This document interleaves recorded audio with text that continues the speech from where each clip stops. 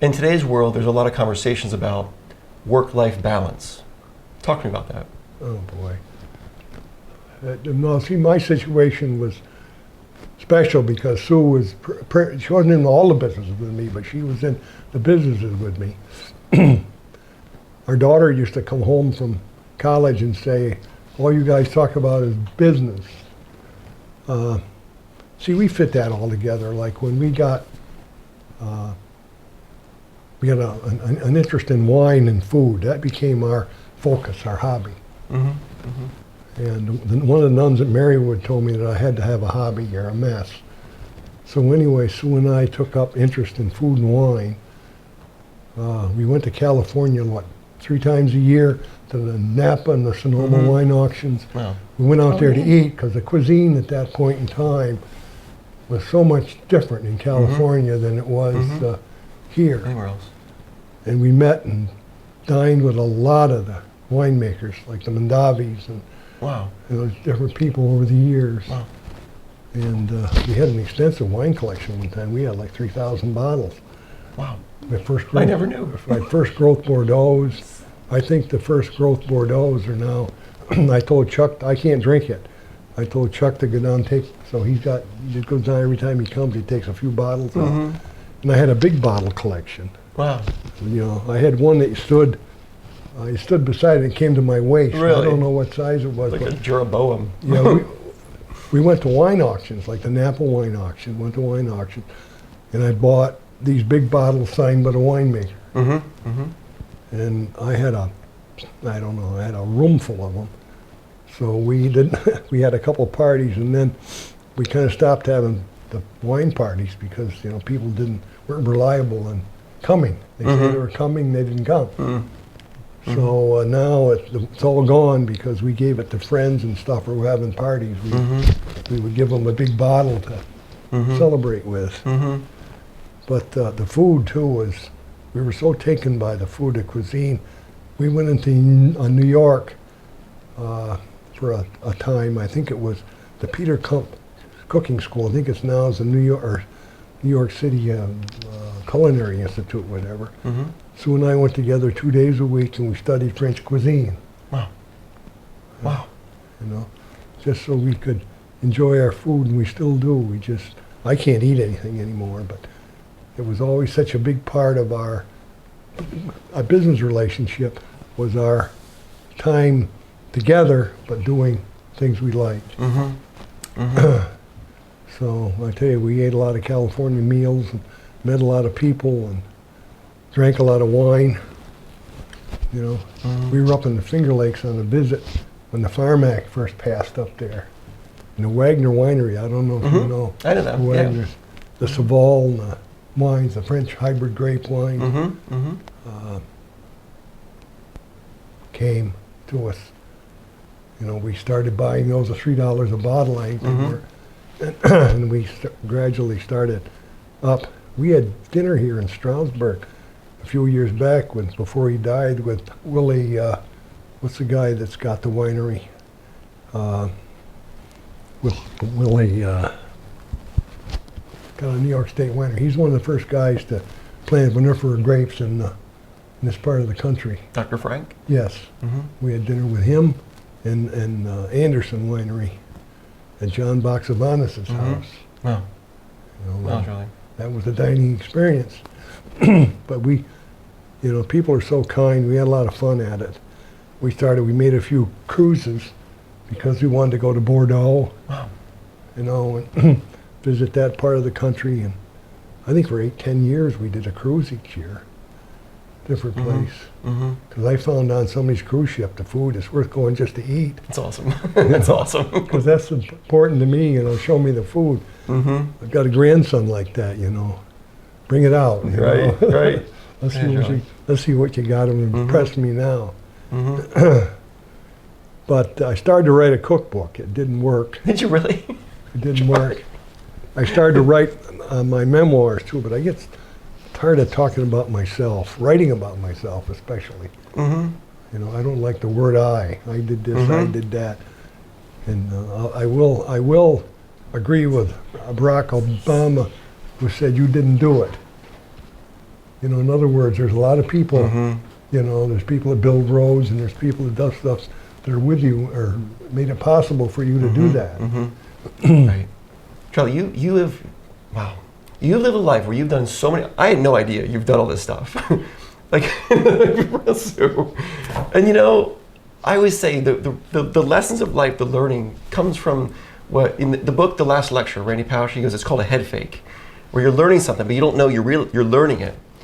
I'm learning lessons today that started 10 years ago, sitting with you at the willow tree. I had no idea. I didn't know who you were. Yeah. And you had no interest in saying it because you don't like talking about yourself. Well, I do to a certain extent, but you get tired of hearing about yourself eventually. Mm-hmm. You know. Do you have any sort of quotes or words of advice that you would give to me? Yeah.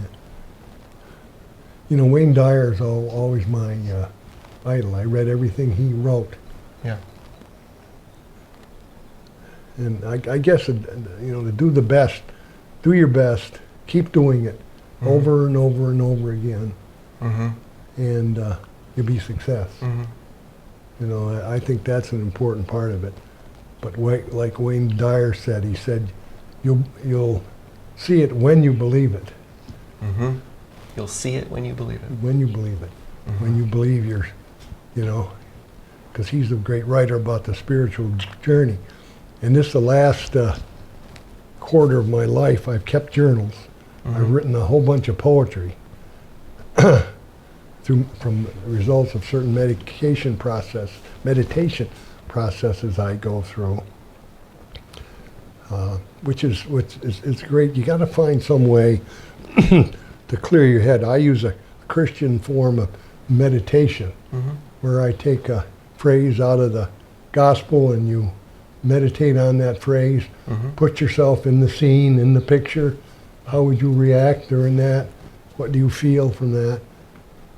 And I wrote some poetry about that. I wrote a whole series called Conversations with Self.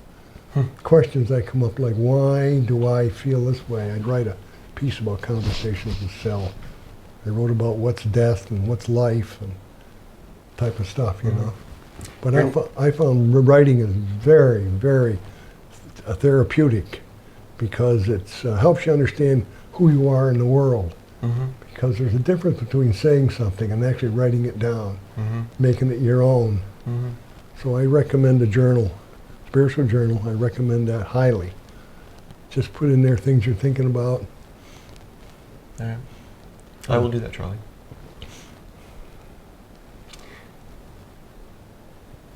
I'm grateful for you, Charlie.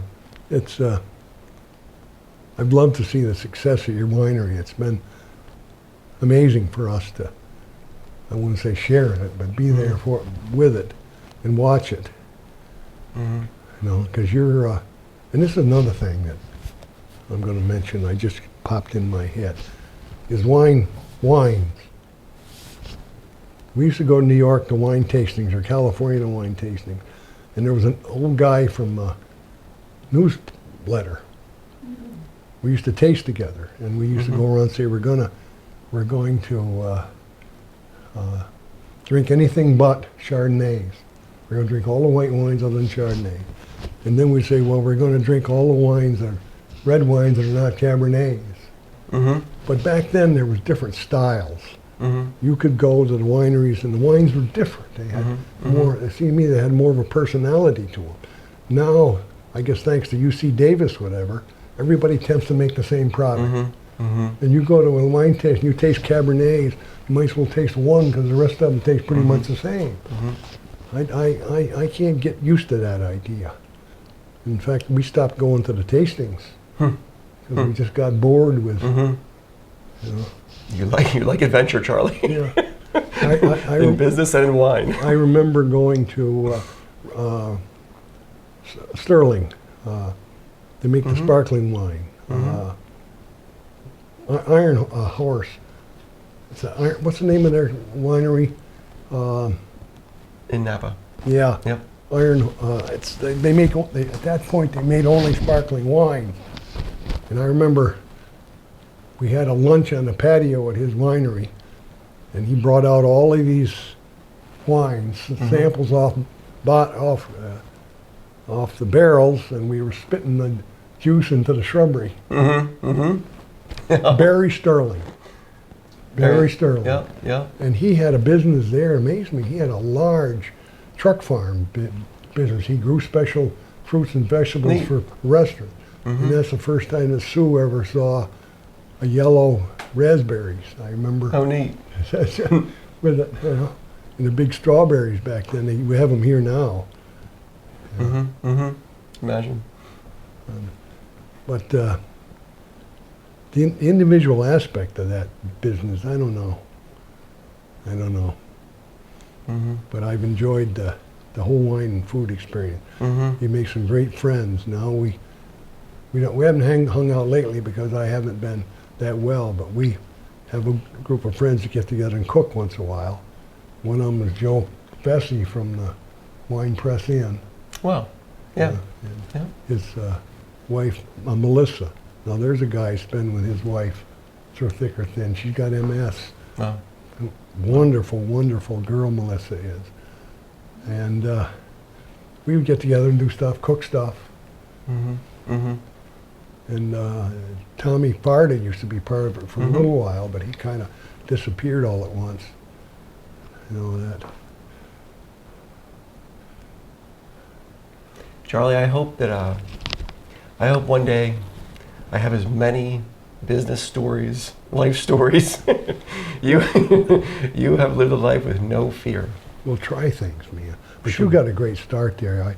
Your wife and kids are with you. You get them in the business. You know. Yeah. Give them a paycheck. Thanks for saying it. Yes. Give them a paycheck. So Let with them file a tax return. Yep. You know, Maggie is at age 7. She would weave these little pads out of yarn, and she goes, "Dad, can I sell them at the winery?" I'm like, "Sure, love."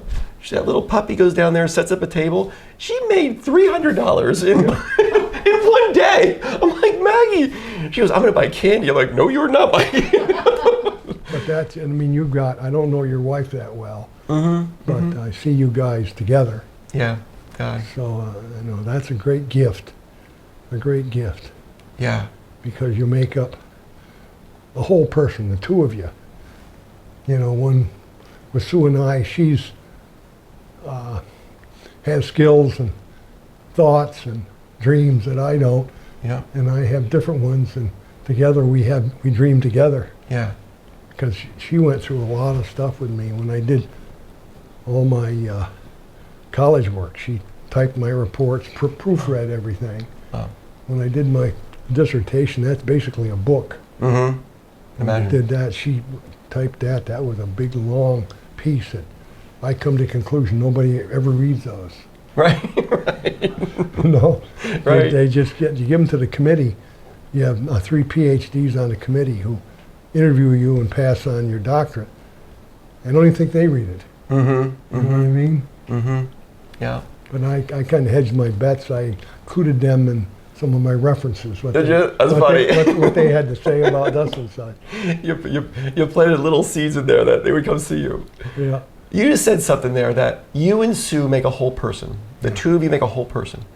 Man, Charlie, the way sometimes you say things that are so simple, husband and wife, the two of you make a whole person. Yeah. And that's everything you've been talking about here. You have a third person in any marriage. Her and you and together. Right. And this is why we've watched so many friends, the husband would die. And that's difficult Very. because you lose a piece Right. of that. Right. And I think that's very, very important because Sue was right there with me. People think I'm nuts probably because I did that, but she has thoughts that I don't have. She asks questions that I don't have. So anyway, I recommend everybody gets married. Everybody sits down and eats a meal with their family. And everybody spends time with their family, even if it's just riding a lawnmower or something, just being there. The absent father. That's how I got first going to church. Sue took the boys, or our kids to church, and she taught Sunday school. She came home one day and she said to me, "Will you go with me?" And I did. And it's so obvious the absent father in that relationship at the church level. The husbands just don't go to church, and the wife is there, and the wife and the kids are there only until the age of they can plan their own future, and then they're gone. I know that's an issue to me. The family. I think a lot of our troubles in this country boil down to the fact that we don't maintain traditional families. You know, we just don't do it. People don't. You know, when they get these compound last names, that confuses me. Yeah.